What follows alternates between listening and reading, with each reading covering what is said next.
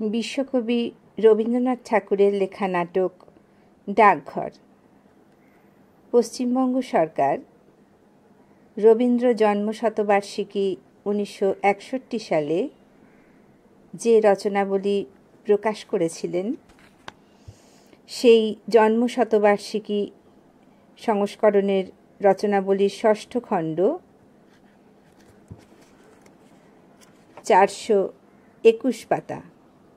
ডাকঘর। 1। মাধব দত্ত। মুশকিলে পড়ে গেছি। যখন ও ছিল না তখন ছিলই না, কোনো ভাবনাই ছিল না। এখনও কোথা থেকে এসে আমার ঘর জুড়ে বসল। ও চলে গেলে আমার এ ঘর যেন আর ঘরই থাকবে না। কবিরাজ মশাই, আপনি কি মনে করেন ওকে? কবিরাজ: ওর ভাগ্যে যদি আয়ু থাকে তাহলে দীর্ঘকাল বাঁচতেও পারে, কিন্তু আয়ুর্বেদে যেরকম লিখেছে তাতে তো। মাধব দত্ত: বলেন কি?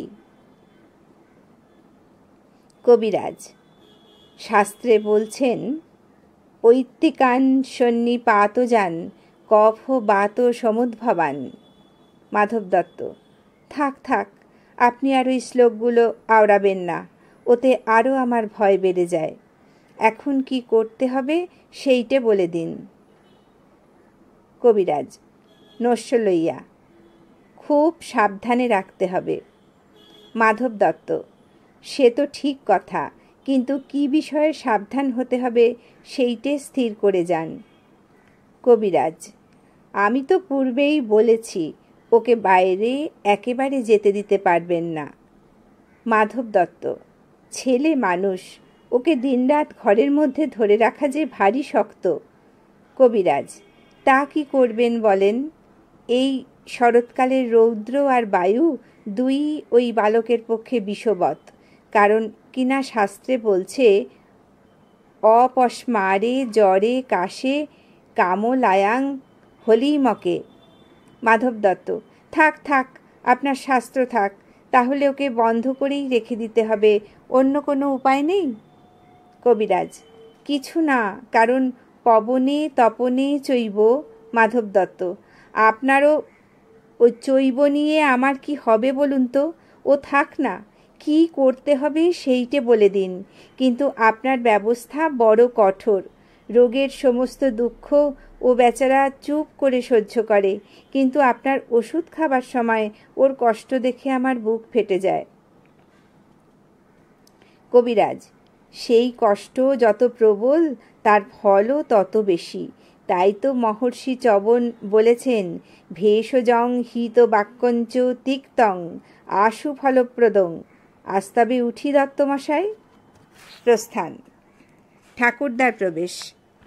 মাধব দত্ত: ওই রে, ঠাকুরদা এসেছে, সর্বনাশ করলে। ঠাকুরদা: কেন, আমাকে তোমার ভয় কিসের?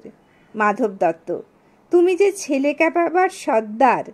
ঠাকুরদা: তুমি তো ছেলেও নও, তোমার ঘরেও ছেলে নেই, তোমার খ্যাপবার বয়সও গেছে, তোমার ভাবনা কি?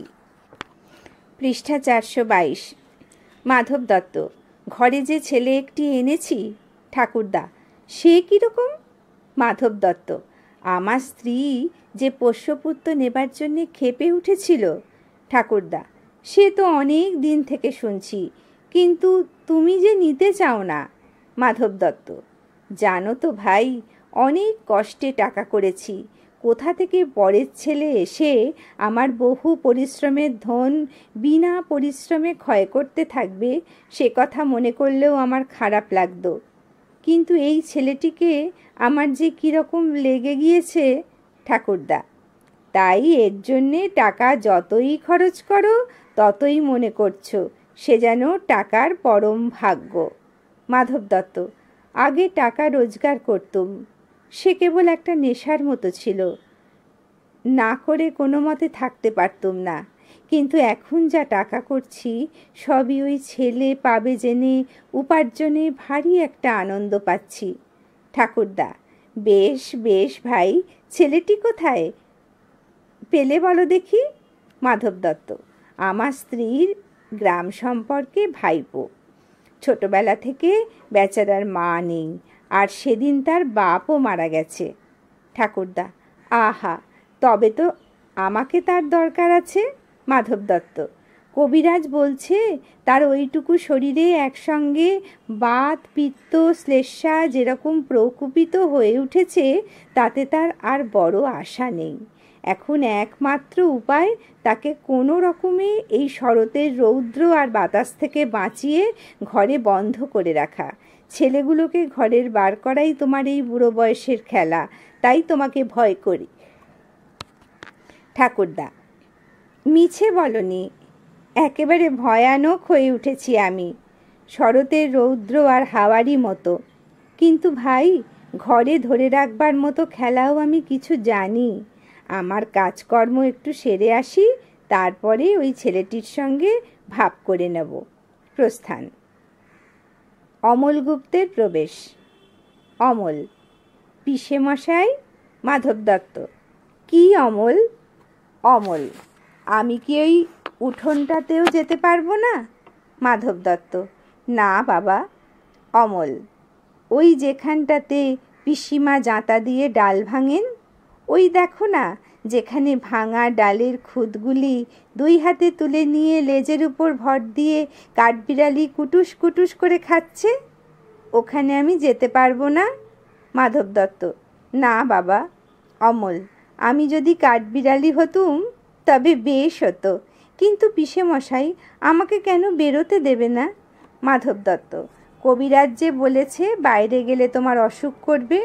অমল: কবিরাজ কেমন করে জানলে? পৃষ্ঠা 423। মাধব দত্ত: বলো কি অমল, কবিরাজ জানবে না? সে যে এত বড় বড় পুঁথি পড়ে ফেলেছে। অমল: পুঁথি পড়লেই কি সমস্ত জানতে পারে? মাধব দত্ত: বেশ, তাও বুঝি জানো না? অমল দীর্ঘ নিঃশ্বাস ফেলিয়া: আমি যে পুঁথি কিছুই পড়িনি, তাই জানি নে।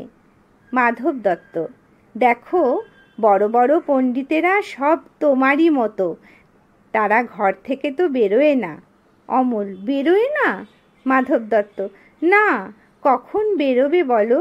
তারা বসে বসে কেবল পুঁথি পড়ে, আর কোনো দিকেই তাদের চোখ নেই। অমলবাবু, তুমিও বড় হলে পণ্ডিত হবে, বসে বসে এই এত বড় বড় সব পুঁথি পড়বে, সবাই দেখে আশ্চর্য হয়ে যাবে। অমল: না না পিসেমশাই, তোমার দুটি পায়ে পড়ি, আমি পণ্ডিত হব না। পিসেমশাই, আমি পণ্ডিত হব না। মাধব দত্ত: সে কি কথা অমল, যদি পণ্ডিত হতে পারতুম তাহলে আমি তো বেঁচে যেতুম। অমল: আমি যা আছে সব দেখব, কেবলই দেখে বেড়াবো। মাধব দত্ত: শোনো একবার। দেখবে কি? দেখবারে তো আছেই বা কি? অমল: আমাদের জানলার কাছে বসে সেই যে দূরে পাহাড় দেখা যায়, আমার ভারী ইচ্ছে করে ওই পাহাড়টা পার হয়ে চলে যাই। মাধব দত্ত: কি পাগলের মতো কথা, কাজ নেই কর্ম নেই, খামোকা পাহাড়টা পার হয়ে চলে যাই? কি যে বলে তার ঠিক নেই। পাহাড়টা যখন মস্ত বেড়ার মতো উঁচু হয়ে আছে, তখন তো বুঝতে হবে ওটা পেরিয়ে যাওয়া বারণ, নইলে এত বড় বড় পাথর জড়ো করে এত বড় একটা কাণ্ড করার দরকার কি ছিল? অমল: পিসেমশাই, তোমার কি মনে হয় ও বারণ করছে? আমার ঠিক বোধ হয় পৃথিবীটা কথা কইতে পারে না, তাই অমনি করে নীল আকাশে হাত তুলে ডাকছে। অনেক দূরের যারা ঘরের মধ্যে বসে থাকে, তারাও দুপুরবেলা একলা জানলার ধারে বসে ওই ডাক শুনতে পায়। পণ্ডিতেরা বুঝি শুনতে পায় না? মাধব দত্ত: তারা তো তোমার মতো খ্যাপা নয়, তারা শুনতে চায়ও না। অমল: আমার মতো খ্যাপা আমি কালকে একজনকে দেখেছিলুম। মাধব দত্ত: সত্যি নাকি? কিরকম শুনি? অমল: তার কাঁধে এক বাঁশের লাঠি, লাঠির আগায় একটা পুঁটুলি বাঁধা, তার বাঁ হাতে একটা ঘটি, পুরানো একজোড়া নাগরা জুতো পরে সেই মাঠের পথ দিয়ে ওই পাহাড়ের দিকেই যাচ্ছিল। আমি তাকে ডেকে জিজ্ঞাসা করলুম, তুমি কোথায় যাচ্ছ? সে বললে, কি জানি, যেখানে হয়। আমি জিজ্ঞাসা করলুম, কেন যাচ্ছ? সে বললে, কাজ খুঁজতে যাচ্ছি। আচ্ছা পিসে মশাই, কাজ কি খুঁজতে হয়? মাধব দত্ত: হয় বই কি, কত লোক কাজ খুঁজে বেড়ায়। অমল: বেশ তো, আমিও তাদের মতো কাজ খুঁজে বেড়াবো। পৃষ্ঠা 424। মাধব দত্ত: খুঁজে যদি না পাও? অমল: খুঁজে যদি না পাই তো আবার খুঁজবো। তারপরে সেই নাগরা জুতো পরা লোকটা চলে গেল। আমি দরজার কাছে দাঁড়িয়ে দাঁড়িয়ে দেখতে লাগলুম। সেই যেখানে ডুমুর গাছের তলা দিয়ে ঝর্ণা বয়ে যাচ্ছে, সেইখানে সে লাঠি নামিয়ে রেখে ঝর্ণার জলে আস্তে আস্তে পা ধুয়ে নিলে।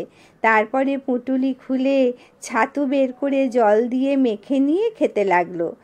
খাওয়া হয়ে গেলে আবার পুঁটুলি বেঁধে ঘাড়ে করে নিলে। পায়ের কাপড় গুটিয়ে নিয়ে সেই ঝর্ণার ভিতর নেমে জল কেটে কেটে কেমন পার হয়ে চলে গেল। পিসিমাকে বলে রেখেছি ওই ঝর্ণার ধারে গিয়ে একদিন আমি ছাতু খাবো। মাধব দত্ত: পিসিমা কি বললে? অমল: পিসিমা বললেন তুমি ভালো হও, তারপর তোমাকে ওই ঝর্ণার ধারে নিয়ে গিয়ে ছাতু খাইয়ে আনবো। কবে আমি ভালো হব? মাধব দত্ত: আর তো দেরি নেই বাবা। অমল: দেরি নেই? ভালো হলেই কিন্তু আমি চলে যাব। মাধব দত্ত: কোথায় যাবে? অমল: কত বাঁকা বাঁকা ঝর্ণার জলে আমি পা ডুবিয়ে ডুবিয়ে পার হতে হতে চলে যাব। দুপুরবেলা সবাই যখন ঘরে দরজা বন্ধ করে শুয়ে আছে, তখন আমি কোথায় কত দূরে কেবল কাজ খুঁজে খুঁজে বেড়াতে বেড়াতে চলে যাব। মাধব দত্ত: আচ্ছা বেশ, আগে তুমি ভালো হও, তারপরে তুমি। অমল: তারপরে আমাকে পণ্ডিত হতে বলো না পিসে মশাই। মাধব দত্ত: তুমি কি হতে চাও বলো? অমল: এখন আমার কিছু মনে পড়ছে না। আচ্ছা, আমি ভেবে বলবো। মাধব দত্ত: কিন্তু তুমি অমন করে যে সে বিদেশি লোককে ডেকে ডেকে কথা বলো না। অমল: বিদেশি লোক আমার ভারী ভালো লাগে। মাধব দত্ত: যদি তোমাকে ধরে নিয়ে যেত? অমল: তাহলে তো সে বেশ হতো, কিন্তু আমাকে তো কেউ ধরে নিয়ে যায় না, সবাই কেবল বসিয়ে রেখে দেয়। মাধব দত্ত: আমার কাজ আছে, আমি চললুম, কিন্তু বাবা দেখো বাইরে যেন বেরিয়ে যেও না। অমল: যাব না, কিন্তু পিসে মশাই রাস্তার ধারের এই ঘরটিতে আমি বসে থাকব। 2 দইওয়ালা: দই দই ভালো দই। অমল: দইওয়ালা? দইওয়ালা? ও দইওয়ালা? দইওয়ালা: ডাকছো কেন, দই কিনবে? অমল: কেমন করে কিনবো, আমার তো পয়সা নেই। দইওয়ালা: কেমন ছেলে তুমি, কিনবে না তো আমার বেলা বইয়ে দাও কেন? পৃষ্ঠা 425। অমল: আমি যদি তোমার সঙ্গে চলে যেতে পারতুম তো যেতুম। দইওয়ালা: আমার সঙ্গে? অমল: হ্যাঁ, তুমি যে কত দূর থেকে হাঁটতে হাঁটতে চলে যাচ্ছ শুনে আমার মন কেমন করছে। দইওয়ালা দধির বাঁক নামাইয়া: বাবা, তুমি এখানে বসে কি করছো? অমল: কবিরাজ আমাকে বেরোতে বারণ করেছে, তাই আমি সারা দিন এইখানেই বসে থাকি। দইওয়ালা: আহা, বাছা তোমার কি হয়েছে? অমল: আমি জানি নে, আমি তো কিচ্ছু পড়িনি, তাই আমি জানি নে আমার কি হয়েছে। দইওয়ালা: তুমি কোথা থেকে আসছো? দইওয়ালা: আমাদের গ্রাম থেকে আসছি। অমল: তোমাদের গ্রাম? অনেক দূরে তোমাদের গ্রাম? দইওয়ালা: আমাদের গ্রাম সেই পাঁচমুড়া পাহাড়ের তলায়, শামলি নদীর ধারে। অমল: পাঁচমুড়া পাহাড়, শামলি নদী, কি জানি, হয়তো তোমাদের গ্রাম দেখেছি, কবে সে আমার মনে পড়ে না। দইওয়ালা: তুমি দেখেছো? পাহাড়তলায় কোনো দিন গিয়েছিলে নাকি? অমল: না, কোনো দিন যাইনি, কিন্তু আমার মনে হয় যেন আমি দেখেছি। অনেক পুরনো কালের খুব বড় বড় গাছের তলায় তোমাদের গ্রাম, একটি লাল রঙের রাস্তার ধারে, না? দইওয়ালা: ঠিক বলেছ বাবা। অমল: সেখানে পাহাড়ের গায়ে সব গরু চড়ে বেড়াচ্ছে। দইওয়ালা: কি আশ্চর্য, ঠিক বলছো, আমাদের গ্রামে গরু চড়ে বই কি, খুব চড়ে। অমল, মেয়েরা সব নদী থেকে জল তুলে মাথায় কলসি করে নিয়ে যায়, তাদের লাল শাড়ি পরা। দইওয়ালা, বা বা, ঠিক কথা, আমাদের সব গয়লাপাড়ার মেয়েরা নদী থেকে জল তুলে তো নিয়ে যায়ই, তবে কিনা তারা সবাই যে লাল শাড়ি পরে তা নয়। কিন্তু বাবা, তুমি নিশ্চয় কোনো দিন সেখানে বেড়াতে গিয়েছিলে। অমল, সত্যি বলছি দইওয়ালা, আমি একদিনও যাইনি। কবিরাজ যেদিন আমাকে বাইরে যেতে বলবে সেদিন তুমি নিয়ে যাবে তোমাদের গ্রামে। দইওয়ালা, যাব বই কি বাবা, খুব নিয়ে যাব। অমল, আমাকে তোমার মতো ওই রকম দই বেচতে শিখিয়ে দিও, ওই রকম বাঁক কাঁধে নিয়ে, ওই রকম খুব দূরের রাস্তা দিয়ে। দইওয়ালা, মরে যাই, দই বেচতে যাবে কেন বাবা, এত এত পুঁথি পড়ে তুমি পণ্ডিত হয়ে উঠবে। অমল, না না, আমি কখনো পণ্ডিত হব না, আমি তোমাদের রাঙা রাস্তার ধারে, তোমাদের বুড়ো বটের তলায় গোয়ালপাড়া থেকে দই নিয়ে এসে দূরে দূরে গ্রামে গ্রামে বেচে বেচে বেড়াবো। কীরকম করে তুমি বলো? দই দই দই, ভালো দই, আমাকে সুরটা শিখিয়ে দাও। দইওয়ালা, হায় পোড়া কপাল, এই সুরও কি শেখবার সুর? পৃষ্ঠা 426। অমল, না না, ও আমার শুনতে খুব ভালো লাগে। আকাশের খুব শেষ থেকে যেমন পাখির ডাক শুনলে মন উদাস হয়ে যায়, তেমনি ওই রাস্তার মোড় থেকে ওই গাছের সারের মধ্যে দিয়ে যখন তোমার ডাক আসছিল, আমার মনে হচ্ছিল, কি জানি কি মনে হচ্ছিল। দইওয়ালা, বাবা, এক ভাঁড় দই তুমি খাও। অমল, আমার তো পয়সা নেই। দইওয়ালা, না না না না, পয়সার কথা বলো না, তুমি আমার দই একটু খেলে আমি কত খুশি হব। অমল, তোমার কি অনেক দেরি হয়ে গেল? দইওয়ালা, কিচ্ছু দেরি হয়নি বাবা, আমার কোনো লোকসান হয়নি, দই বেচতে যে কত সুখ সে তোমার কাছে শিখে নিলুম। প্রস্থান। অমল সুর করিয়া, দই দই দই, ভালো দই, সেই পাঁচমুড়া পাহাড়ের তলায় শামলি নদীর ধারে গয়লাদের বাড়ির দই, তারা ভোরের বেলায় গাছের তলায় গরু দাঁড় করিয়ে দুধ দই, সন্ধ্যাবেলায় মেয়েরা দই পাতে সেই দই, দই দই দই, ভালো দই। এই যে রাস্তার প্রহরী পায়চারি করে বেড়াচ্ছে, প্রহরী প্রহরী, একটিবার শুনে যাও না প্রহরী। প্রহরীর প্রবেশ। প্রহরী, অমন করে ডাকাডাকি করছো কেন? আমাকে ভয় করো না তুমি? অমল, কেন, তোমাকে কেন ভয় করব? প্রহরী, যদি তোমাকে ধরে নিয়ে যাই। অমল, কোথায় ধরে নিয়ে যাবে? অনেক দূরে, ওই পাহাড় পেরিয়ে। প্রহরী, একেবারে রাজার কাছে যদি নিয়ে যাই। অমল, রাজার কাছে নিয়ে যাও না আমাকে, কিন্তু আমাকে যে কবিরাজ বাইরে যেতে বারণ করেছে, আমাকে কেউ কোথাও ধরে নিয়ে যেতে পারবে না, আমাকে কেবল দিনরাত্রি এইখানেই বসে থাকতে হবে। প্রহরী, কবিরাজ বারণ করেছে? আহা, তাই বটে, তোমার মুখ যেন সাদা হয়ে গেছে, চোখের কোলে কালি পড়েছে, তোমার হাত দুখানিতে শিরগুলি দেখা যাচ্ছে। অমল, তুমি ঘণ্টা বাজাবে না প্রহরী? প্রহরী, এখনো সময় হয়নি। অমল, কেউ বলে সময় বয়ে যাচ্ছে, কেউ বলে সময় হয়নি। আচ্ছা, তুমি ঘণ্টা বাজিয়ে দিলেই তো সময় হবে।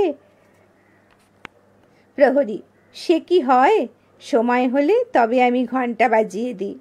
অমল, বেশ লাগে তোমার ঘণ্টা, আমার শুনতে ভারী ভালো লাগে। দুপুরবেলা আমাদের বাড়িতে যখন সকলেরই খাওয়া হয়ে যায়, পিসেমশাই কোথায় কাজ করতে বেরিয়ে যান, পিসিমা রামায়ণ পড়তে পড়তে ঘুমিয়ে পড়েন, আমাদের ক্ষুদে কুকুরটা উঠোনের ওই কোণের ছায়ায় লেজের মধ্যে মুখ গুঁজে ঘুমোতে থাকে, তখন তোমার ওই ঘণ্টা বাজে, ঢং ঢং ঢং ঢং ঢং ঢং। তোমার ঘণ্টা কেন বাজে? পৃষ্ঠা 427। প্রহরী। ঘণ্টা এই কথা সবাইকে বলে, সময় বসে নেই, সময় কেবলই চলে যাচ্ছে। অমল, কোথায় চলে যাচ্ছে? কোন দেশে? প্রহরী, সে কথা কেউ জানে না। অমল, সে দেশ বুঝি কেউ দেখে আসেনি? আমার ভারী ইচ্ছে করছে ওই সময়ের সঙ্গে চলে যাই, যে দেশের কথা কেউ জানে না, সেই অনেক দূরে। প্রহরী, সে দেশে সবাইকে যেতে হবে বাবা। অমল, আমাকেও যেতে হবে? প্রহরী, হবে বই কি।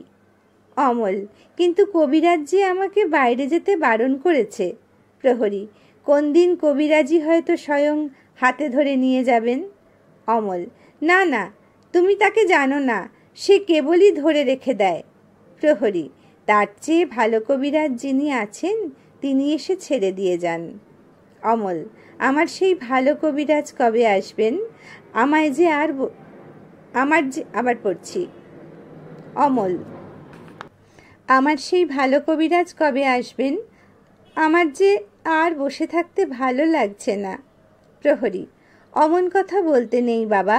অমল, না, আমি তো বসেই আছি, যেখানে আমাকে বসিয়ে রেখেছে সেখান থেকে আমি তো বেরোইনি, কিন্তু তোমার ওই ঘণ্টা বাজে ঢং ঢং ঢং, আর আমার মন কেমন করে। আচ্ছা প্রহরী। প্রহরী, কি বাবা? অমল, আচ্ছা, ওই যে রাস্তার ওপারের বড় বাড়িতে নিশেন উড়িয়ে দিয়েছে, আর ওখানে সব লোকজন কেবলই আসছে যাচ্ছে, ওখানে কি হয়েছে? প্রহরী, ওখানে নতুন ডাকঘর বসেছে। অমল, ডাকঘর? কার ডাকঘর? প্রহরী, ডাকঘর আর কার হবে, রাজার ডাকঘর। এই ছেলেটি ভারী মজার। অমল, রাজার ডাকঘরে রাজার কাছ থেকে সব চিঠি আসে? প্রহরী, আসে বই কি, দেখো একদিন তোমার নামেও চিঠি আসবে। অমল, আমার নামেও চিঠি আসবে? আমি যে ছেলে মানুষ। প্রহরী, ছেলে মানুষকে রাজা এতটুকুটুকু ছোট্ট ছোট্ট চিঠি লেখেন। অমল, বেশ হবে, আমি কবে চিঠি পাবো? আমাকেও তিনি চিঠি লিখবেন, তুমি কেমন করে জানলে? প্রহরী, তা নইলে তিনি ঠিক তোমার এই খোলা জানলাটার সামনেই অত বড় একটা সোনালি রঙের নিশেন উড়িয়ে ডাকঘর খুলতে যাবেন কেন? ছেলেটাকে আমার বেশ লাগছে। অমল, আচ্ছা, রাজার কাছ থেকে আমার চিঠি এলে আমাকে কে এনে দেবে? প্রহরী, রাজার যে অনেক ডাকঘর করা আছে, দেখনি বুকে গোল গোল সোনার তকমা পরে তারা ঘুরে বেড়ায়? অমল, আচ্ছা, কোথায় তারা ঘোরে? পৃষ্ঠা 428। প্রহরী, ঘরে ঘরে দেশে দেশে। এর প্রশ্ন শুনলে হাসি পায়।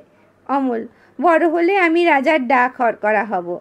প্রহরী, হা হা হা হা, ডাক হরকরা সে ভারী মস্ত কাজ। রোদ নেই, বৃষ্টি নেই, গরিব নেই, বড় মানুষ নেই, সকলের ঘরে ঘরে চিঠি বিলি করে বেড়ানো, সে খুব জবর কাজ। অমল, তুমি হাসছো কেন? আমার ওই কাজটাই সকলের চেয়ে ভালো লাগছে। না না, তোমার কাজও খুব ভালো। দুপুরবেলা যখন রোদ্দুর ঝাঁ ঝাঁ করে, তখন ঘণ্টা বাজে ঢং ঢং ঢং।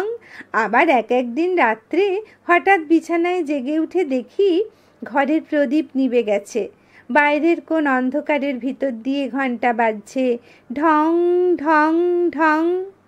প্রহরী, ওই যে মোড়ল আসছে, আমি এবার পালাই। ও যদি দেখতে পায় তোমার সঙ্গে গল্প করছি, তাহলেই মুশকিল বাঁধাবে। অমল,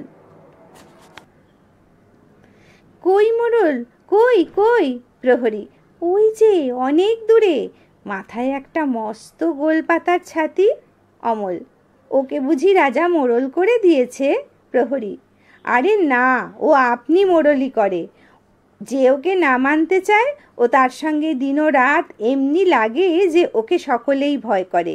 কেবল সকলের সঙ্গে শত্রুতা করেই ও আপনার ব্যবসা চালায়। আজ তবে যাই, আমার কাজ কামাই যাচ্ছে।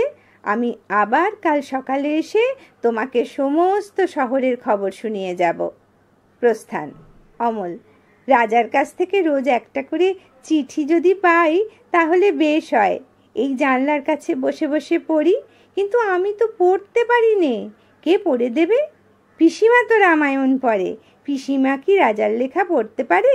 কেউ যদি পড়তে না পারে জমিয়ে রেখে দেব, আমি বড় হলে পড়ব। কিন্তু ডাক হরকারা যদি আমাকে না চেনে? মোড়ল মশাই, ও মোড়ল মশাই, একটা কথা শুনে যাও। পৃষ্ঠা 428। মোড়লের প্রবেশ। মোড়ল: কে রে? রাস্তার মধ্যে আমাকে ডাকাডাকি করে? কোথাকার বাঁদর এটা? অমল: তুমি মোড়ল মশাই? তোমাকে তো সবাই মানে। মোড়ল খুশি হইয়া: হ্যাঁ হ্যাঁ, মানে বই কি, খুব মানে। অমল: রাজার ডাক হরকরা তোমার কথা শোনে? মোড়ল: না শুনে তার প্রাণ বাঁচে? বাঁচরে সাধ্য কি? অমল: তুমি ডাক হরকরাকে বলে দেবে, আমারই নাম অমল, আমি এই জানলার কাছটাতে বসে থাকি। মোড়ল: কেন বলো দেখি? অমল: আমার নামে যদি চিঠি আসে। মোড়ল: তোমার নামে চিঠি? তোমাকে কে চিঠি লিখবে? অমল: রাজা যদি চিঠি লেখে তাহলে? পৃষ্ঠা 429। মোড়ল: হা হা হা হা, এ ছেলেটা তো কম নয়। হা হা হা, রাজা তোমাকে চিঠি লিখবে? তা লিখবে বই কি, তুমি যে তার পরম বন্ধু। কদিন তোমার সঙ্গে দেখা না হয়ে রাজা শুকিয়ে যাচ্ছে, খবর পেয়েছি। আর বেশি দেরি নেই, চিঠি হয়তো আজই আসে কি কালই আসে। অমল: মোড়ল মশাই, তুমি অমন করে কথা করছো কেন? তুমি কি আমার উপর রাগ করেছো? মোড়ল: বাস রে, তোমার উপর রাগ করব? এত সাহস আমার! রাজার সঙ্গে তোমার চিঠি চলে? মাধব দত্তের বড় বার হয়েছে দেখছি। 2 পয়সা জমিয়েছে কি না, এখন তার ঘরে রাজা বাদশার কথা ছাড়া আর কথা নেই। রোশো না, ওকে মজা দেখাচ্ছি। ওরে ছোঁড়া, বেশ শীঘ্রই যাতে রাজার চিঠি তোদের বাড়িতে আসে, আমি তার বন্দোবস্ত করছি।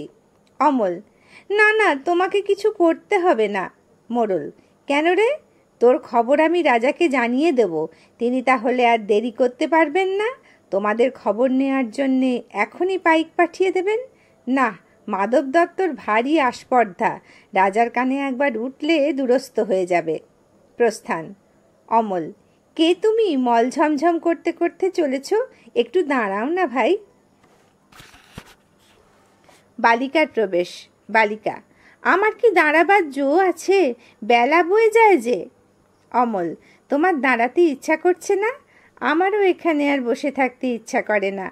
বালিকা: তোমাকে দেখে আমার মনে হচ্ছে যেন সকালবেলাকার তারা। তোমার কি হয়েছে বলো তো? অমল: জানি না কি হয়েছে, কবিরাজ আমাকে বেরোতে বারণ করেছে। বালিকা: আহা, তবে বেরিও না, কবিরাজের কথা মেনে চলতে হয়। দুরন্তপনা করতে নেই, তাহলে লোকে দুষ্টু বলবে। বাইরের দিকে তাকিয়ে তোমার মন ছটফট করছে, আমি বরঞ্চ তোমার এই আধখানা দরজা বন্ধ করে দিই। অমল: না না, বন্ধ করো না, এখানে আমার 8 সব বন্ধ, কেবল এইটুকু খোলা। তুমি কে বলো না, আমি তো তোমাকে চিনি নে। বালিকা: আমি সুধা। অমল: সুধা? সুধা জানো না, আমি এখানকার মালিনীর মেয়ে। অমল: তুমি কি করো? সুধা: সাজি ভরে ফুল তুলে নিয়ে এসে মালা গাঁথি, এখন ফুল তুলতে চলেছি। অমল: ফুল তুলতে চলেছ? তাই তোমার পা দুটি অমন খুশি হয়ে উঠেছে। যতই চলেছ মল বাজছে ঝম ঝম ঝম। আমি যদি তোমার সঙ্গে যেতে পারতুম, তাহলে উঁচু ডালে যেখানে দেখা যায় না সেইখান থেকে আমি তোমাকে ফুল পেড়ে দিতুম। পৃষ্ঠা 430। সুধা: তাই বই কি, ফুলের খবর আমার চেয়ে তুমি নাকি বেশি জানো। অমল: জানি, আমি খুব জানি। আমি 7 ভাই চম্পার খবর জানি।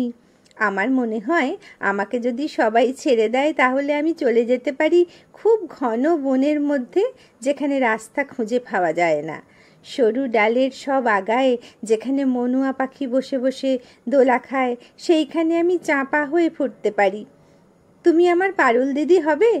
সুধা: কি বুদ্ধি তোমার! পারুল দিদি আমি কি করে হব? আমি যে সুধা, আমি শশী মালিনীর মেয়ে। আমাকে রোজ এত এত মালা গাঁথতে হয়। আমি যদি তোমার মতো এইখানে বসে থাকতে পারতুম তাহলে কেমন মজা হতো। অমল: তাহলে সমস্ত দিন কি করতে? সুধা: আমার বেনে বউ পুতুল আছে, তার বিয়ে দিতুম। আমার পুষি মেনি আছে, তাকে নিয়ে যাই। বেলা বয়ে যাচ্ছে, দেরি হলে ফুল আর থাকবে না। অমল: আমার সঙ্গে আরেকটু গল্প করো না, আমার খুব ভালো লাগছে। সুধা: আচ্ছা বেশ, তুমি দুষ্টুমি করো না, লক্ষ্মী ছেলে হয়ে এইখানে স্থির হয়ে বসে থাকো। আমি ফুল তুলে ফেরবার পথে তোমার সঙ্গে গল্প করে যাব। অমল: আর আমাকে একটি ফুল দিয়ে যাবে? সুধা: ফুল অমনি কেমন করে দেব, দাম দিতে হবে যে। অমল: আমি যখন বড় হব তখন তোমাকে দাম দেব। আমি কাজ খুঁজতে চলে যাব এই ঝর্ণা পার হয়ে, তখন তোমাকে দাম দিয়ে যাব। সুধা: আচ্ছা বেশ। অমল: তুমি তাহলে ফুল তুলে আসবে? সুধা: আসবো। অমল: আসবে? সুধা: আসবো। অমল: আমাকে ভুলে যাবে না? আমার নাম অমল, মনে থাকবে তোমার? সুধা: না, ভুলবো না, দেখো মনে থাকবে। প্রস্থান। ছেলের দলের প্রবেশ।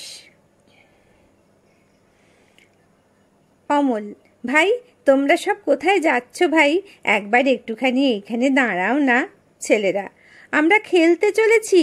অমল: কি খেলবে তোমরা ভাই? ছেলেরা: আমরা চাষ খেলা খেলবো। প্রথম লাঠি দেখাইয়া: এই যে আমাদের লাঙল। দ্বিতীয়: আমরা দুজনে দুই গরু হব। অমল: সমস্ত দিন খেলবে? ছেলেরা: হ্যাঁ, সমস্ত দিন। অমল: তারপরে সন্ধ্যার সময় নদীর ধার দিয়ে দিয়ে বাড়ি ফিরে আসবে? পৃষ্ঠা 431। ছেলেরা: হ্যাঁ, সন্ধ্যার সময় ফিরব। অমল: আমার এই ঘরের সামনে দিয়েই ফিরো ভাই। ছেলেরা: তুমি বেরিয়ে এসো না, খেলবে চলো। অমল: কবিরাজ আমাকে বেরিয়ে যেতে মানা করেছে। ছেলেরা: কবিরাজ? কবিরাজের মানা তুমি শোনো বুঝি? চল ভাই চল, আমাদের দেরি হয়ে যাচ্ছে। অমল: না ভাই, তোমরা আমার এই জানলার সামনে রাস্তায় দাঁড়িয়ে একটু খেলা করো, আমি একটু দেখি। ছেলেরা: এখানে কি নিয়ে খেলবো? অমল: এই যে আমার সব খেলনা পড়ে রয়েছে, এসব তোমরাই নাও ভাই। ঘরের ভিতরে একলা খেলতে ভালো লাগে না, এসব ধুলোয় ছড়ানো পড়েই থাকে, এ আমার কোনো কাজে লাগে না। ছেলেরা: বাহ বাহ বাহ, কি চমৎকার খেলনা! এ যে জাহাজ, এ যে জটাই বুড়ি, দেখছিস ভাই কেমন সুন্দর সেপাই। এসব তুমি আমাদের দিয়ে দিলে, তোমার কষ্ট হচ্ছে না?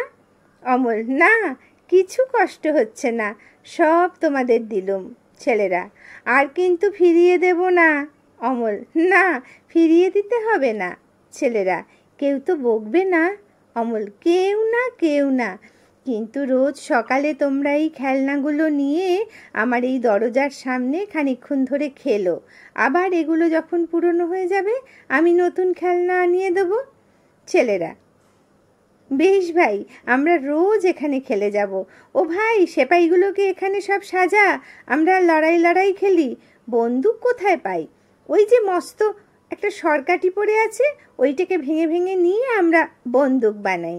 কিন্তু ভাই, তুমি যে ঘুমিয়ে পড়ছো। অমল: হ্যাঁ, আমার ভারী ঘুম পেয়ে আসছে, জানি না কেন আমার থেকে থেকে ঘুম পায়। অনেকক্ষণ বসে আছি আমি, আর বসে থাকতে পারছি না, আমার পিঠ ব্যথা করছে। ছেলেরা: এখন যে সবে 1 প্রহর বেলা, এখনই তোমার ঘুম পায় কেন? ওই শোনো, 1 প্রহরের ঘন্টা বাজছে। অমল: হ্যাঁ, ওই যে বাজছে, ঢং ঢং ঢং, আমাকে ঘুমোতে যেতে ডাকছে। ছেলেরা: তবে আমরা এখন যাই, আবার কাল সকালে আসব। অমল: যাবার আগে তোমাদের একটা কথা আমি জিজ্ঞাসা করি ভাই, তোমরা তো বাইরে থাকো, তোমরা ওই রাজার ডাকঘরের ডাক হরকরাদের চেনো? ছেলেরা: হ্যাঁ, চিনি বই কি, খুব চিনি। অমল: কে তারা, নাম কি? ছেলেরা: একজন আছে বাদল হরকরা, একজন আছে শরৎ, আরও কত আছে। অমল: আচ্ছা, আমার নামে যদি চিঠি আসে তারা কি আমাকে চিনতে পারবে? পৃষ্ঠা 432। ছেলেরা: কেন পারবে না? চিঠিতে তোমার নাম থাকলেই তারা তোমাকে ঠিক চিনে নেবে। অমল: কাল সকালে যখন আসবে তাদের একজনকে ডেকে এনে আমাকে চিনিয়ে দিও না। ছেলেরা, আচ্ছা দেব। 3 অমল শয্যাগত। অমল, পিসেমশাই, আজ আর আমার সেই জানলার কাছেও যেতে পারবো না? কবিরাজ বারণ করেছে? মাধব দত্ত, হ্যাঁ বাবা, সেখানে রোজ রোজ বসে থেকেই তো তোমার ব্যামো বেড়ে গেছে। অমল, না পিসেমশাই, না, আমার ব্যামোর কথা আমি কিছুই জানি নে, কিন্তু সেখানে থাকলে আমি খুব ভালো থাকি। মাধব দত্ত, সেখানে বসে বসে তুমি এই শহরের যত রাজ্যের ছেলে বুড়ো সকলের সঙ্গেই ভাব করে নিয়েছ। আমার দরজার কাছে রোজ যেন একটা মস্ত মেলা বসে যায়। এতেও কি কখনো শরীর টেকে? দেখো দেখি, আজ তোমার মুখখানা কীরকম ফ্যাকাশে হয়ে গেছে। অমল, পিসেমশাই, আমার সেই ফকির হয়তো আজ আমাকে জানলার কাছে না দেখতে পেয়ে চলে যাবে। মাধব দত্ত, তোমার আবার ফকির কে? অমল, সেই যে রোজ আমার কাছে এসে নানা দেশ বিদেশের কথা বলে যায়, শুনতে আমার ভারী ভালো লাগে। মাধব দত্ত, কই, আমি তো কোনো ফকিরকে জানি নে। অমল, এই ঠিক তারা আসবার সময় হয়েছে। তোমার পায়ে পড়ি, তুমি তাকে একবার বলে এসো না, সে যেন আমার ঘরে এসে একবার বসে। ফকির বেশে ঠাকুরদার প্রবেশ। অমল, এই যে ফকির, এসো আমার বিছানায় এসে বসো। মাধব দত্ত, এ কি, এ যে ঠাকুরদা, চোখ ঠারিয়া, আমি ফকির। মাধব দত্ত, তুমি যে কি নও তা তো ভেবে পাইনে। অমল, এবারে তুমি কোথায় গিয়েছিলে ফকির? ফকির, আমি ক্রৌঞ্চদ্বীপে গিয়েছিলুম, সেইখান থেকে এইমাত্র আসছি। মাধব দত্ত, ক্রৌঞ্চদ্বীপে? ফকির, এতে আশ্চর্য হও কেন? তোমাদের মতো আমাকে পেয়েছো? আমার তো যেতে কোনো খরচ নেই, আমি যেখানে খুশি যেতে পারি। পৃষ্ঠা 433। অমল হাততালি দিয়া, তোমার ভারী মজা। আমি যখন ভালো হব তখন তুমি আমাকে চেলা করে নেবে বলেছিলে, মনে আছে ফকির? ফকির, খুব মনে আছে। বেড়াবার এমন সব মন্ত্র শিখিয়ে দেব যে সমুদ্রে, পাহাড়ে, অরণ্যে কোথাও কিছুতে বাধা দিতে পারবে না। মাধব দত্ত, এসব কি পাগলের মতো কথা হচ্ছে তোমাদের? ঠাকুরদা, বাবা অমল, পাহাড় পর্বত সমুদ্রকে ভয় করি নে, কিন্তু তোমার এই পিসেটির সঙ্গে যদি আবার কবিরাজ এসে জোটেন, তাহলে আমার মন্ত্রকে হার মানতে হবে। অমল, না না পিসেমশাই, তুমি কবিরাজকে কিছু বলো না, এখন আমি এইখানেই শুয়ে থাকবো, কিচ্ছু করব না, কিন্তু যেদিন আমি ভালো হব সেই দিনই আমি ফকিরের মন্ত্র নিয়ে চলে যাব। নদী, পাহাড়, সমুদ্রে আমাকে আর ধরে রাখতে পারবে না। মাধব দত্ত, ছি বাবা, কেবলই অমন যাই যাই করতে নেই, শুনলে আমার মন কেমন খারাপ হয়ে যায়। অমল, ক্রৌঞ্চদ্বীপ কিরকম দ্বীপ আমাকে বলো না ফকির। ঠাকুরদা, সে ভারী আশ্চর্য জায়গা, সে পাখিদের দেশ, সেখানে মানুষ নেই, তারা কথা কয় না, চলে না, তারা গান গায় আর ওড়ে। অমল, বাহ, কি চমৎকার! সমুদ্রের ধারে? ঠাকুরদা, সমুদ্রের ধারে বই কি। অমল, সব নীল রঙের পাহাড় আছে। ঠাকুরদা, নীল পাহাড়েই তো তাদের বাসা। সন্ধ্যের সময় সেই পাহাড়ের ওপর সূর্যাস্তের আলো এসে পড়ে, আর ঝাঁকে ঝাঁকে সবুজ রঙের পাখি তাদের বাসায় ফিরে আসতে থাকে। সেই আকাশের রঙে, পাখির রঙে, পাহাড়ের রঙে সে এক কাণ্ড হয়ে ওঠে। অমল, পাহাড়ে ঝর্ণা আছে? ঠাকুরদা, বিলক্ষণ। ঝর্ণা না থাকলে কি চলে? একেবারে হিরে গালিয়ে ঢেলে দিচ্ছে। আর তার কি নৃত্য! নুড়িগুলোকে ঠুংঠাং ঠুংঠাং করে বাজাতে বাজাতে কেবলই কলকল ঝরঝর করতে করতে ঝর্ণাটি সমুদ্রের মধ্যে গিয়ে ঝাঁপ দিয়ে পড়ছে। কোনো কবিরাজের বাবার সাধ্য নেই তাকে এক দণ্ড কোথাও আটকে রাখে। পাখিগুলো আমাকে নিতান্ত তুচ্ছ একটা মানুষ বলে যদি এক ঘরে করে না রাখতো, তাহলে ওই ঝর্ণার ধারে তাদের হাজার হাজার বাসার একপাশে বাসা বেঁধে সমুদ্রের ঢেউ দেখে দেখে সমস্ত দিনটা কাটিয়ে দিতুম। অমল, আমি যদি পাখি হতুম তাহলে? ঠাকুরদা, তাহলে একটা ভারী মুশকিল হতো। শুনলুম তুমি নাকি দইওয়ালাকে বলে রেখেছ বড় হলে তুমি দই বিক্রি করবে। পাখিদের মধ্যে তোমার দইয়ের ব্যবসাটা তেমন বেশ জমতো না, বোধহয় ওতে তোমার কিছু লোকসানই হতো। মাধব দত্ত, আর তো আমার চলল না, আমাকে শুদ্ধ তোমরা খেপিয়ে দেবে দেখছি, আমি চললুম। অমল, পিসেমশাই, আমার দইওয়ালা এসে চলে গেছে? মাধব দত্ত, গেছে বই কি, তোমার ওই শখের ফকিরের তল্পি বয়ে পঞ্চদ্বীপের পাখির বাসায় উড়ে বেড়ালে তো তার পেট চলে না, সে তোমার জন্য এক ভাঁড় দই রেখে গেছে।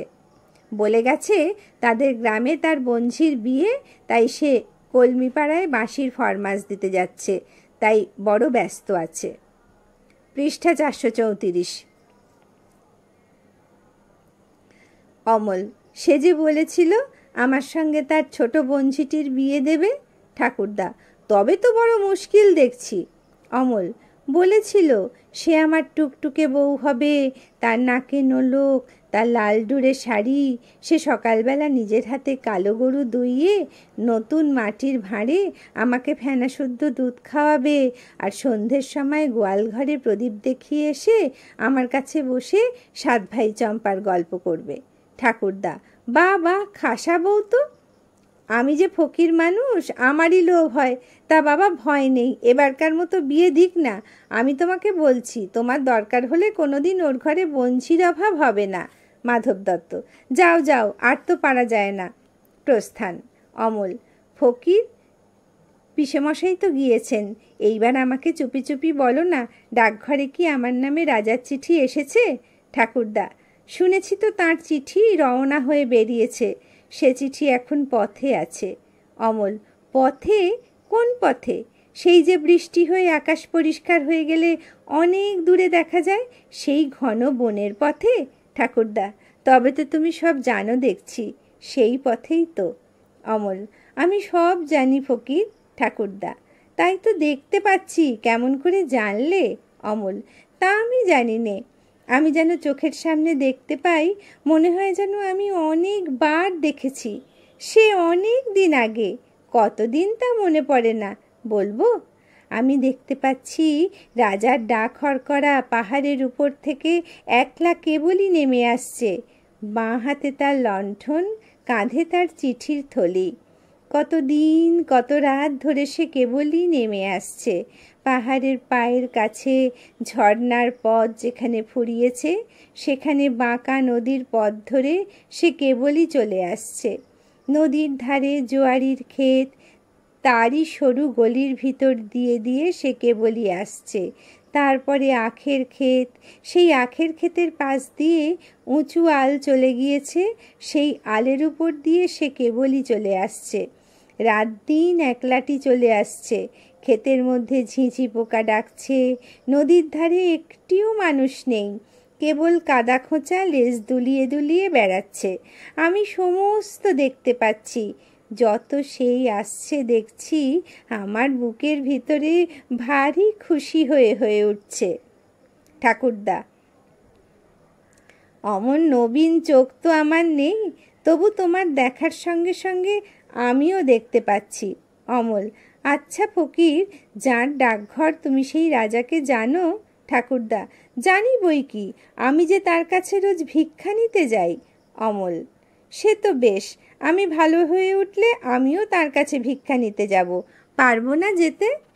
পৃষ্ঠা 435। ঠাকুরদা, বাবা, তোমার আর ভিক্ষার দরকার হবে না, তিনি তোমাকে যা দেবেন অমনি দিয়ে দেবেন। অমল, না না, আমি তার দরজার সামনে পথের ধারে দাঁড়িয়ে জয় হোক বলে ভিক্ষা চাইব, আমি খঞ্জনি বাজিয়ে নাচব, সে বেশ হবে না? ঠাকুরদা, সে খুব ভালো হবে, তোমাকে সঙ্গে করে নিয়ে গেলে আমারও পেট ভরে ভিক্ষা মিলবে। তুমি কি ভিক্ষা চাইবে? অমল, আমি বলবো আমাকে তোমার ডাক হরকরা করে দাও, আমি অমনি লণ্ঠন হাতে ঘরে ঘরে তোমার চিঠি বিলি করে বেড়াবো। জানো ফকির, আমাকে একজন বলেছে আমি ভালো হয়ে উঠলে সে আমাকে ভিক্ষা করতে শেখাবে, আমি তার সঙ্গে যেখানে খুশি ভিক্ষা করে বেড়াবো। ঠাকুরদা, কে বলো দেখি? অমল, ছিদাম। ঠাকুরদা, কোন ছিদাম? অমল, সেই যে অন্ধ খোঁড়া, সে রোজ আমার জানলার কাছে আসে, ঠিক আমার মতো একজন ছেলে তাকে চাকার গাড়িতে করে ঠেলে ঠেলে নিয়ে বেড়ায়, আমি তাকে বলেছি আমি ভালো হয়ে উঠলে তাকে ঠেলে ঠেলে নিয়ে বেড়াবো।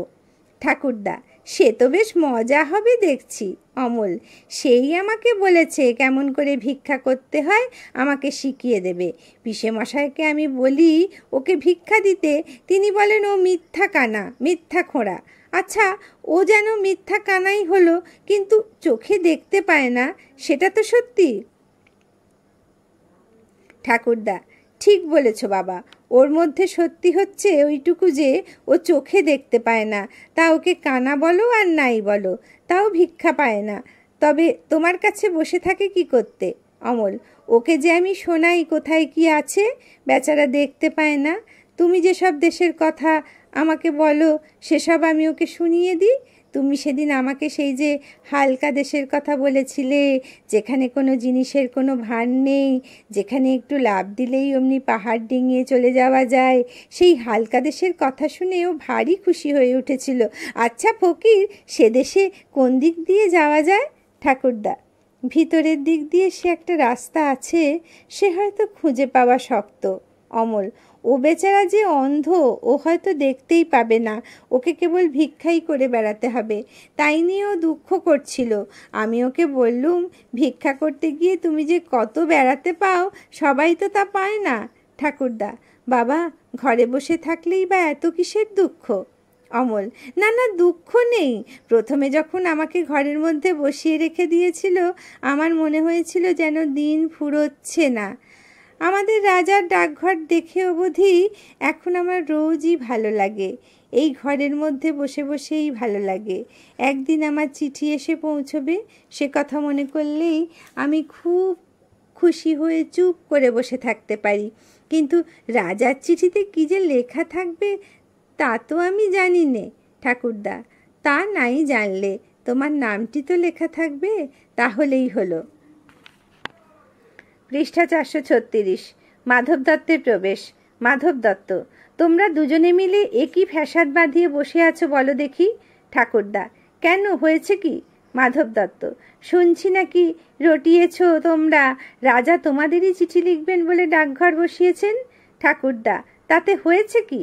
মাধব দত্ত, আমাদের পঞ্চানন মোড়ল সেই কথাটি রাজার কাছে লাগিয়ে বেনামি চিঠি লিখে দিয়েছে। ঠাকুরদা, সকল কথাই রাজার কানে ওঠে, সে কি আমরা জানি নে? মাধব দত্ত, তবে সামলে চলো না কেন? রাজা বাদশার নাম করে অমন জাতা কথা মুখে আনো কেন? তোমরা যে আমাকে শুদ্ধ মুশকিলে ফেলবে। অমল, ফকির, রাজা কি রাগ করবে? ঠাকুরদা, অমনি বললেই হলো, রাগ করবে? কেমন রাগ করে দেখি না। আমার মতো ফকির আর তোমার মতো ছেলের উপর রাগ করে সে কেমন রাজাগিরি ফলায় তা দেখা যাবে। অমল, দেখো ফকির, আজ সকালবেলা থেকে আমার চোখের উপরে থেকে থেকে অন্ধকার হয়ে আসছে, মনে হচ্ছে সব যেন স্বপ্ন। একেবারে চুপ করে থাকতে ইচ্ছে করছে, কথা কইতে আর ইচ্ছে করছে না। রাজার চিঠি কি আসবে না? এখনই এই ঘর যদি সব মিলিয়ে যায়, যদি।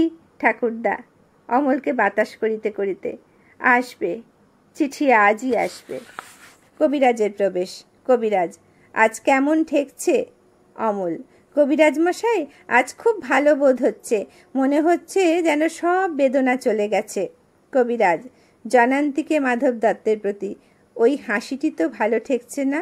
ওই যে বলছে খুব ভালো বোধ হচ্ছে, ওইটাই হলো খারাপ লক্ষণ। আমাদের চক্রধর দত্ত বলছেন। মাধব দত্ত, দোহাই কবিরাজ মশাই, চক্রধর দত্তের কথা রেখে দিন, এখন বলুন ব্যাপারখানা কি?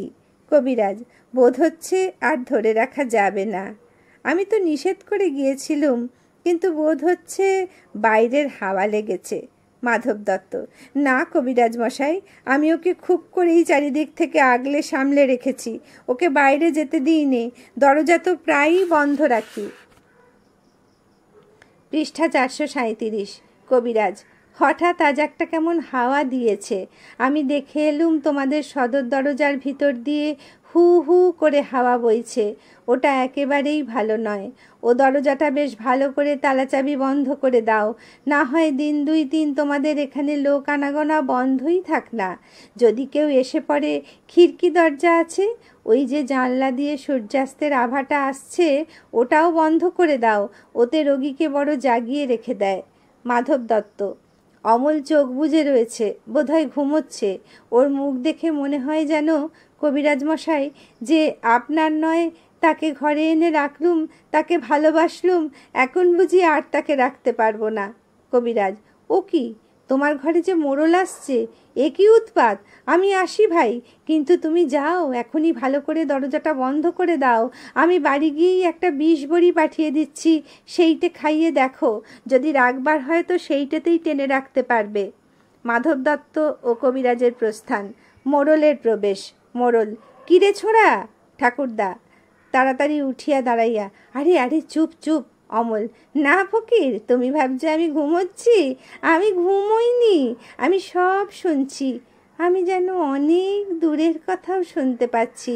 আমার মনে হচ্ছে আমার মা, আমার বাবা যেন শিয়রের কাছে কথা করছেন। মাধব দত্তের প্রবেশ। মোড়ল: ওহে মাধব দত্ত, আজকাল তোমাদের যে খুব বড় বড় লোকের সঙ্গে সম্বন্ধ। মাধব দত্ত: বলেন কি মোড়ল মশাই, এমন পরিহাস করবেন না, আমরা নিতান্তই সামান্য লোক। মোড়ল: তোমাদের এই ছেলেটি যে রাজার চিঠির জন্য অপেক্ষা করে আছে।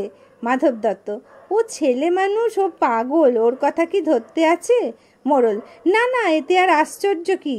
তোমাদের মতো এমন যোগ্য ঘর রাজা পাবেন কোথায়? সেই জন্যেই দেখছো না, ঠিক তোমাদের জানলার সামনেই রাজার নতুন ডাকঘর বসেছে।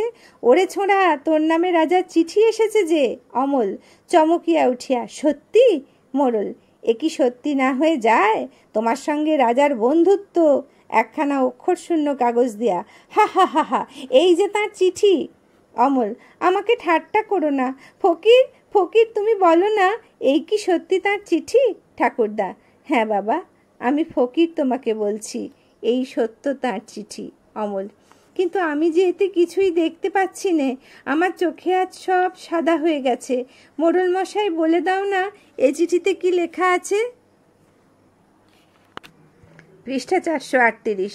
মোড়ল: রাজা লিখছেন, আমি আজকালের মধ্যেই তোমাদের বাড়িতে যাচ্ছি। আমার জন্যে তোমাদের মুড়ি মুড়কির ভোগ তৈরি করে রেখো। রাজভবন আর আমার এক দণ্ড ভালো লাগছে না। হা হা হা হা। মাধব দত্ত হাত জোর করিয়া: মোড়ল মশাই, দোহাই আপনার, এসব কথা নিয়ে পরিহাস করবেন না। ঠাকুরদা: পরিহাস? কিসের পরিহাস? পরিহাস করেন এমন সাধ্য আছে ওর? মাধব: আরে ঠাকুরদা, তুমিও খেপে গেলে নাকি? ঠাকুরদা: হ্যাঁ, আমি খেপেছি, তাই আজ এই সাদা কাগজে অক্ষর দেখতে পাচ্ছি। রাজা লিখছেন তিনি স্বয়ং অমলকে দেখতে আসছেন, তিনি তাঁর রাজকবিরাজকেও সঙ্গে করে আনছেন। অমল: ফকির, ওই যে ফকির, তার বাজনা বাজছে, শুনতে পাচ্ছ না? মোড়ল: হা হা হা, উনি আরও একটু না খেপলে তো শুনতে পাবেন না। অমল: মোড়ল মশাই, আমি মনে করতুম তুমি আমার উপর রাগ করেছো। তুমি আমাকে ভালোবাসো না? তুমি যে সত্যি রাজার চিঠি আনবে এ আমি মনে করিনি। দাও আমাকে তোমার পায়ের ধুলো দাও। মোড়ল: না, এ ছেলেটার ভক্তি শ্রদ্ধা আছে, বুদ্ধি নেই বটে, কিন্তু মনটা ভালো। অমল: এতক্ষণে 4 প্রহর হয়ে গেছে বোধহয়।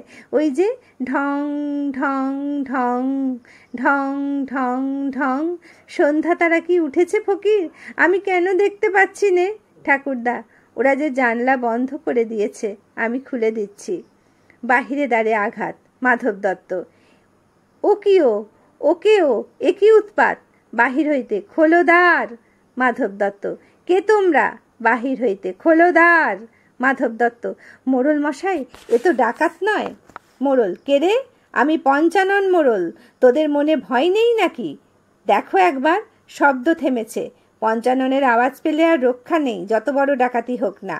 মাধব দত্ত জানলা দিয়া মুখ বাড়াইয়া: দ্বার যে ভেঙে ফেলেছে, তাই আর শব্দ নেই। রাজদূতের প্রবেশ। রাজদূত: মহারাজ আজ রাত্রে আসবেন। মোড়ল: কি সর্বনাশ! অমল: কত রাত্রে দূত, কত রাত্রে? দূত: আজ 2 প্রহর রাত্রে। পৃষ্ঠা 439। অমল: যখন আমার বন্ধু প্রহরী নগরের সিংহদ্বারে ঘণ্টা বাজাবে, ঢং ঢং ঢং ঢং ঢং ঢং, তখন? দূত: হ্যাঁ, তখন। রাজা তার বালক বন্ধুটিকে দেখবার জন্যে তার সকলের চেয়ে বড় কবিরাজকে পাঠিয়েছেন। রাজকবিরাজের প্রবেশ। রাজকবিরাজ: এ কি, চারিদিকে সমস্তই যে বন্ধ, খুলে দাও, খুলে দাও, যত দ্বার জানলা আছে সব খুলে দাও। অমলের গায়ে হাত দিয়া: বাবা, কেমন বোধ করছো? অমল: খুব ভালো, খুব ভালো কবিরাজ মশাই, আমার আর কোনো অসুখ নেই। কোনো বেদনা নেই। আহ, সব খুলে দিয়েছ, সব তারাগুলি দেখতে পাচ্ছি, অন্ধকারের ওপারকার সব তারা। রাজকবিরাজ, অর্ধরাত্রে যখন রাজা আসবেন তখন তুমি বিছানা ছেড়ে উঠে তার সঙ্গে বেরোতে পারবে? অমল, পারবো, আমি পারবো। বেরোতে পারলে আমি বাঁচি। আমি রাজাকে বলবো, এই অন্ধকার আকাশে ধ্রুবতারাটিকে দেখিয়ে দাও। আমি সে তারা বোধহয় কতবার দেখেছি, কিন্তু সে যে কোনটা সে তো আমি চিনি নে। রাজকবিরাজ, তিনি সব চিনিয়ে দেবেন। মাধবের প্রতি, এই ঘরটি রাজার আগমনের জন্যে পরিষ্কার করে ফুল দিয়ে সাজিয়ে রাখো। মোড়লকে নির্দেশ করিয়া, ওই লোকটিকে তো এ ঘরে রাখা চলবে না। অমল, না না কবিরাজ মশাই, উনি আমার বন্ধু। তোমরা যখন আসনি, উনিই আমাকে রাজার চিঠি এনে দিয়েছিলেন। রাজকবিরাজ, আচ্ছা বাবা, উনি যখন তোমার বন্ধু তখন উনিও এ ঘরে রইলেন। মাধব দত্ত অমলের কানে কানে, বাবা, রাজা তোমাকে ভালোবাসেন, তিনি স্বয়ং আসছেন। তার কাছে আজ কিছু প্রার্থনা করো। আমাদের অবস্থা তো ভালো নয়, জানো তো সব। অমল, সে আমি সব ঠিক করে রেখেছি পিসেমশাই, সে তোমার কোনো ভাবনা নেই। মাধব দত্ত, কি ঠিক করেছো বাবা? অমল, আমি তার কাছে চাইব তিনি যেন আমাকে তার ডাকঘরের হরকরা করে দেন। আমি দেশে দেশে ঘরে ঘরে তার চিঠি বিলি করব। মাধব দত্ত ললাটে করাঘাত করিয়া, হায় আমার কপাল। অমল, পিসেমশাই, রাজা আসবেন, তার জন্যে কি ভোগ তৈরি করবে? দূত, তিনি বলে দিয়েছেন তোমাদের এখানে তার মুড়ি মুরকির ভোগ হবে। অমল, মুড়ি মুরকি? মোড়ল মশাই, তুমি তো আগেই বলে দিয়েছিলে রাজার সব খবরই তুমি জানো, আমরা তো কিছুই জানতুম না। মোড়ল, আমার বাড়িতে যদি লোক পাঠিয়ে দাও তাহলে রাজার জন্যে ভালো ভালো কিছু। পৃষ্ঠা 440। রাজকবিরাজ, কোনো দরকার নেই, এইবার তোমরা সকলে স্থির হও। এলো এলো, ওর ঘুম এলো। আমি বালকের শিয়রের কাছে বসবো, ওর ঘুম আসছে। প্রদীপের আলো নিভিয়ে দাও, এখন আকাশের তারাটি থেকে আলো আসুক। ওর ঘুম এসেছে। মাধব দত্ত ঠাকুরদার প্রতি, ঠাকুরদা, তুমি এমন মূর্তিটির মতো হাত জোর করে নীরব হয়ে আছো কেন? আমার কেমন ভয় হচ্ছে। এ যা দেখছি, এসব কি ভালো লক্ষণ? এরা আমার ঘর অন্ধকার করে দিচ্ছে কেন? তারার আলোতে আমার কি হবে? ঠাকুরদা, চুপ করো অবিশ্বাসী, কথা কইও না। সুধার প্রবেশ। সুধা, অমল। রাজকবিরাজ, ও ঘুমিয়ে পড়েছে। সুধা, আমি যে ওর জন্যে ফুল এনেছি, ওর হাতে কি দিতে পারবো না? রাজকবিরাজ, আচ্ছা, দাও তোমার ফুল। সুধা, ও কখন জাগবে? রাজকবিরাজ, এখনই, যখন রাজা এসে ওকে ডাকবেন। সুধা, তখন তোমরা ওকে একটি কথা কানে কানে বলে দেবে। রাজকবিরাজ, কি বলবো? সুধা, বলো যে সুধা তোমাকে ভোলেনি।